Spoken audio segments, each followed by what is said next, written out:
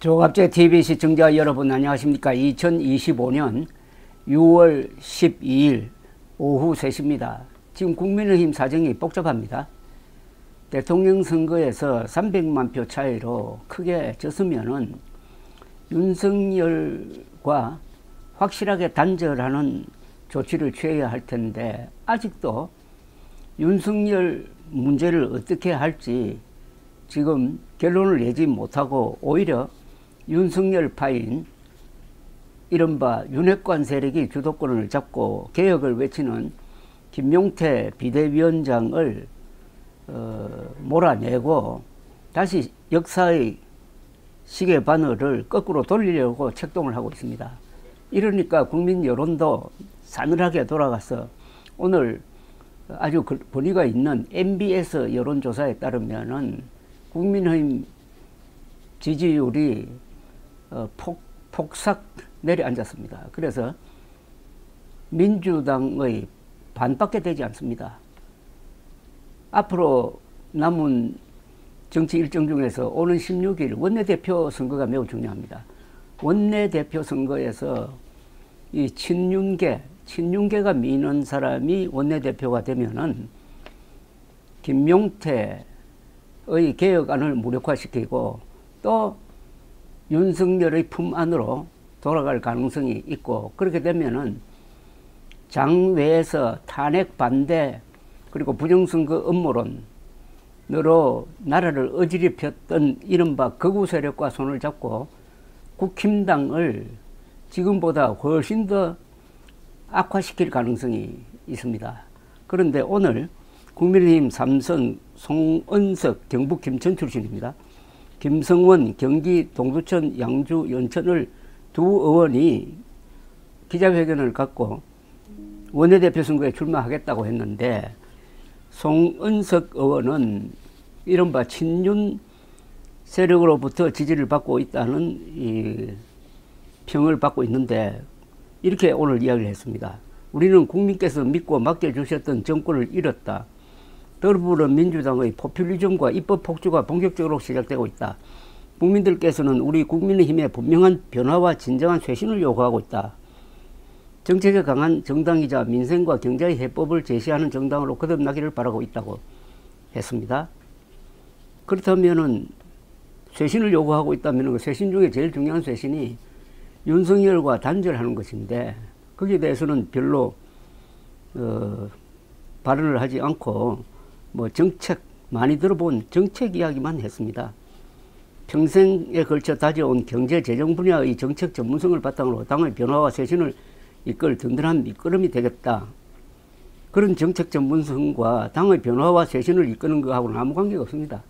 지금 당의 변화와 쇄신은 정체성 문제니까 이것은 정책 전문가가 할 일이 아니고 영혼이 제대로 박힌 사람이 역사적 인식을 가지고 해야 되는 거죠.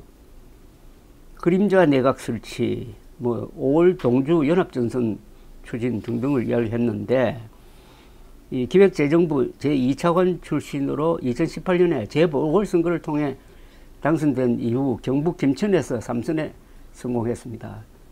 경북 지방에는 국민의힘 간판으로 나오면은 거의 자동으로 당선됩니다.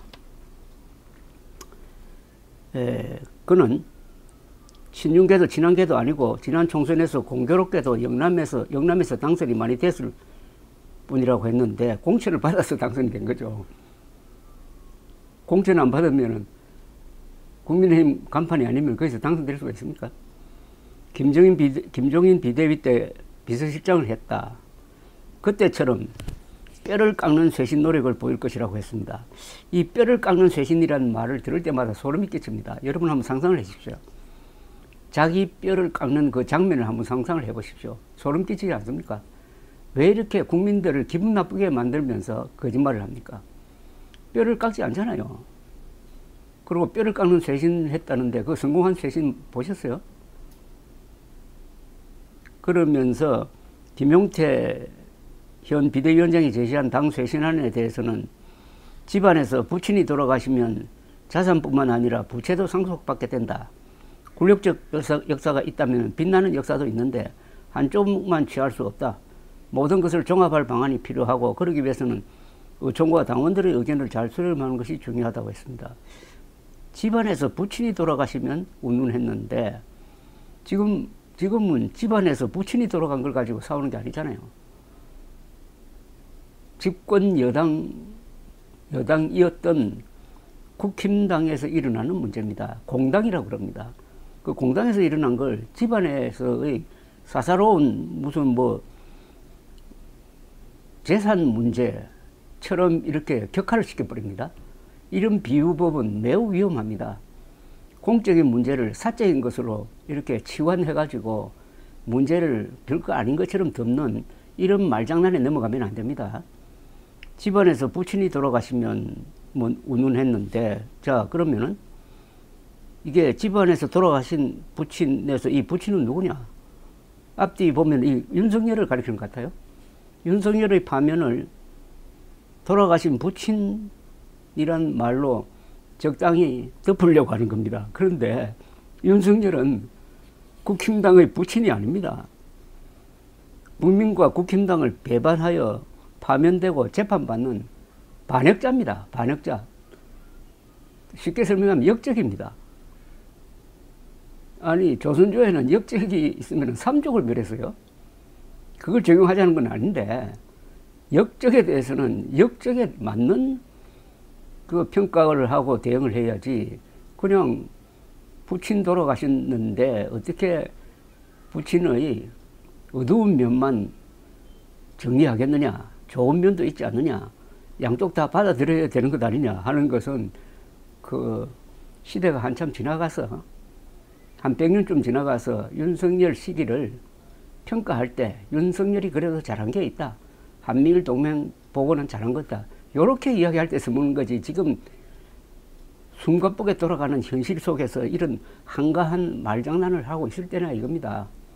헌법재판소가 8대0 만장일치로 윤석열의 불법 개헌과 부정선거 거짓말을 단죄해가지고 파면했고, 그래도 국힘당이 정신을 못 차리고 그 윤석열을 편든 더구나 부정선거 음모론자를 후보로 내니까 국민들이 이번에는 주권 행사를 통해서 약 300만 표 차이로 대패를 안겼는데, 아직도 국힘당이 만약 이 사람처럼, 이 송은석 의원처럼 윤석열을 부친 운운하는 이런 비유법으로 적당히 넘어간다면은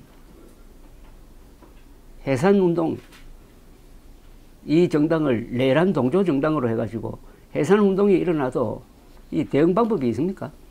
국힘당 의원들이 경북 토당이라는 비판을 무릅쓰고 또 이 지역 출신을 원내대표로 뽑는다면은 국민들에게 정면 도전해가지고 국힘당은 여전히 윤석열 당으로, 국힘당이 아니라 윤힘당으로 남겠다는 선언을 하는 셈일 것입니다.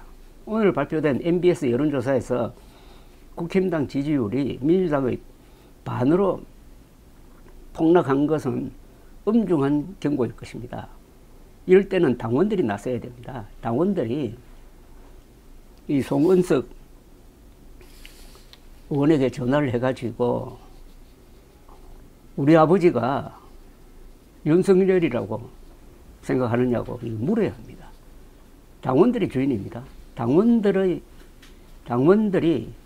국회의원들의 종로로 다는 사람이 아니라면 당원들이 나름대로의 주권 행사를 해야 됩니다. 당원들이 압박이 필요합니다. 감사합니다.